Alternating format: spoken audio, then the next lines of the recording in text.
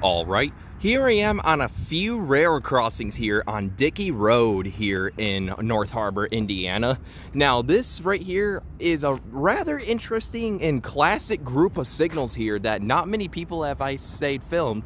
And these are all owned by the Indiana Harbor Belt Line.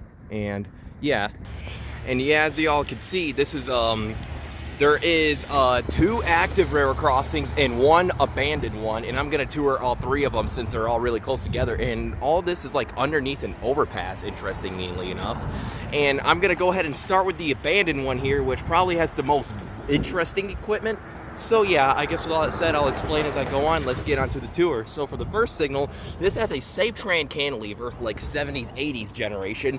Now there is no longer a source of emergency information, but over here is the relay case with the dot number on it, and the dot number is 921159L, I believe.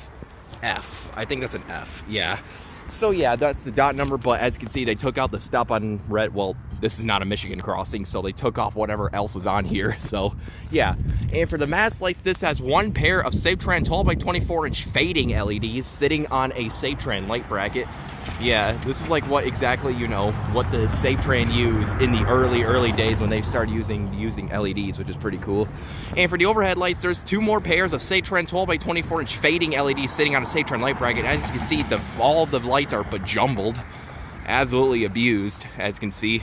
But yeah, and the bell is the most interesting part. This has a Safetran Type 1 electronic bell. Now, this is pretty rare. It's sad to see it go and collect, you know, dust and dirt like this, but you know, pretty interesting to see. Now, before I move on, let's go ahead and take a look at the track view of what's left over here. So, obviously, actually, before I continue, I'm gonna go ahead and I'm actually gonna go ahead and catch something since there is something coming. So, be right back. Actually, never mind. Continuing, that must have been for the distance in a different line. So you can see the dot tag is on the back of the signal, as I recently looked. And also a caller text sign of some sort. But yeah, so right here you can see where it heads east, or used to head east. You can see there used to be more sections of this miniature yard that they all took out. You can see all the stop signs, and they put a big old 3 slabs of concrete here to block the tracks, which is pretty cool. And you can see where a switch used to be. Pretty interesting. And down there is where it's heading west to an industry, or what used to be an industry. You can see how the tracks used to go through here, right into that fenced off area. What this crossing signal right here used to serve. So yeah, that right there was the abandoned portion of the Indiana Harbor Belt Line portion that used to be here at Dickey Road. Now let's go ahead and view the active signals, which also have some rather interesting equipment. So yeah, here are the next set of signals, which is a part of the active portion, but these are not as active as the signals over there, in which I'll get to in a minute. So here's the next signal. This one has a classic Safetran cantilever. As you can see, this is like the late 80s, early 90s style, I believe, or earlier. You know, this is like a classic cantilever by Safetran. And here's the emergency information for this crossing, and the dot number is 326947P. And if you look below it, there actually is a do not stop on track sign on this. And for the mast lights, this has 2 pairs of them Safetran 12 by 24 inch fading LEDs sitting on a Safetran light bracket. Yep, there's all fading LEDs over here. And for the overhead lights, this has 2 more pairs of them Safetran 12 by 24 inch fading LEDs sitting on a Safetran light bracket. And I don't think this signal has a bell on it. Yep, this signal has no bell on it.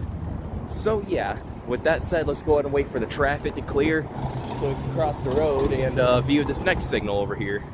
And I believe there used to be a mounting point for another crossbuck up there. So yeah, let's get on to the next. All right, finally cleared. That took a while.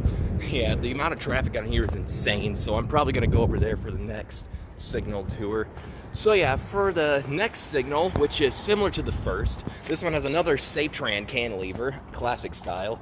And here's the emergency information once again, and another do not stop on track sign. And for the mast lights, this has 2 more pairs of Safetran 12 by 24 inch fading LEDs sitting on a Safetran light bracket. And for the overhead lights, this has 2 more pairs of the Safetran 12 by 24 inch fading LEDs sitting on a Safetran light bracket, as you can see. Mostly just Safetran equipment here, as I may note, if y'all may notice. And for a bell, this has a Safetran mechanical bell, pretty rusted up too. Let me go over here. Yep, there it is. You can see like the wire style cantilever that holds it up and whatnot. And I believe that crossing right here used to have a bell, but it's been taken off, or I probably could be wrong, but yeah. And there's also like falling debris signs and whatnot over here. This ain't the safest area in the world, but you know, probably better than Detroit. I don't know. That's just a hot guess. So I do hear multiple horns. That's kind of freaking me out, but you know, in case I see something, I may have to stop this early and continue it another time. So yeah, now let's go on to this next signal right here. Now normally I don't do crossing tours in this order, but due to the insane amount of traffic, I kind of have to. So yeah, and for this signal, this is where things get interesting. So this has another classic Safetran cantilever, but it has a Siemens box attached to it. So this is a Safetran cantilever, you know, with Siemens internals, per se. And here's the emergency information. The dot number for this crossing, and the dot number is 326879R. And for the gate mechanism, this has a Safetran gate mechanism, early 2000s, I believe. As you can see, connected bolted right to the cantilever. And this features some, I believe, Ricoh incandescent or LED gate lights. I'm not totally sure. This has no wind guard on it either, because as you can see, the mast kind of sticks out, and they slapped on the cross bucket 2-track sign from there. And for the mast lights, this has 2 more pairs of them Safetran 12x24-inch fading LEDs sitting on their own individual Safetran light brackets, because front pair is on the pole while the other back pair is on the cantilever itself, as usual. And for the overhead lights, has 2 more pairs of them Safetran 12x24-inch fading LEDs sitting on the Safetran light bracket. And as you can see, one of them has been upgraded. That light right there looks like a GE uniform LED, while the other one looks like a fading LED. As you can see, the visor is like longer than the other. Quite weird, and that other one's like all chewed up. But yeah, and for a bell on this one, this has another Safetran mechanical bell, but as you can see, it's missing its rain guard. But I know it's a Safetran mechanical bell because I saw the S logo in the back. Take a look at back in better view. Yeah, this has to be a Safetran mechanical bell. They shaved it off, but I could tell by the base. But yeah, that's that for you. Such a beat up crossing. Surprised that it's still active, but you know, Indiana Harbor Belt, I think it's like a class 2 or class 3 railroad. Ain't the most perfect thing in the world, but you know, that's that for you. So yeah, let's go ahead and move on. Now, I'm not going to be showing track views for that crossing because it's pretty much identical to this one. Plus, I'm pretty sure you can see the yard area from here. So yeah, and here is the final signal in this crossing. So for this one, this has another Safetran cantilever, classic style, with another Siemens box. And here's the emergency information and the dot number once again right up here. And for the mast lights, this has 3 more pairs of Safetran 12x24-inch LEDs. Now I say LEDs because this is a mix of fading LEDs and dialight LEDs. As you can see, here's a dialight one, here's a fading one. Both the side lights are fading, and both the back ones are fading. But however, couple of the light heads are different. You can see a couple of these use the classic Safetran light head, interestingly enough. And these are sitting on their own individual Safetran light brackets once again. And for the gate mechanism, this has another Safetran gate mechanism, early 2000s, with the Ricoh lock on it, as you can see. Bolted right to the cantilever with Ricoh LED gate lights. These look like our LED, these look newer, and a wind guard on this one too. So they might have like replaced the gate recently on this one. And for the overhead lights, this has 2 more pairs of Safetran 12x24-inch LEDs sitting on a Safetran light bracket that's been electrical taped shut. Yeah, pretty shoddy work. And these have the Hawker and Safetran light heads, as you can see from the box design. And for a bell, this has another Safetran mechanical bell, and this one looks better than the other one, most definitely. So yeah, definitely way more intact, but it's still pretty rusty. Oh, that was quite a lot to uncover, but this right here was the Dickey Road railroad crossing in North Harbor, Indiana. Quite the interesting stuff, owned by the Indiana Harbor Belt Line. And over there's the relay case for the first set of signals. And I believe that relay case controls both sets. I'm not totally sure.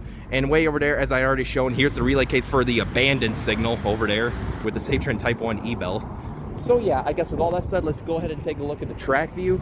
So down there, hold on, give me a sec. So down there is heading west towards the IHB industry. I don't know if it's an industry or a yard, but you can see a couple of signals, and also the junction where it protrudes off to this crossing right here.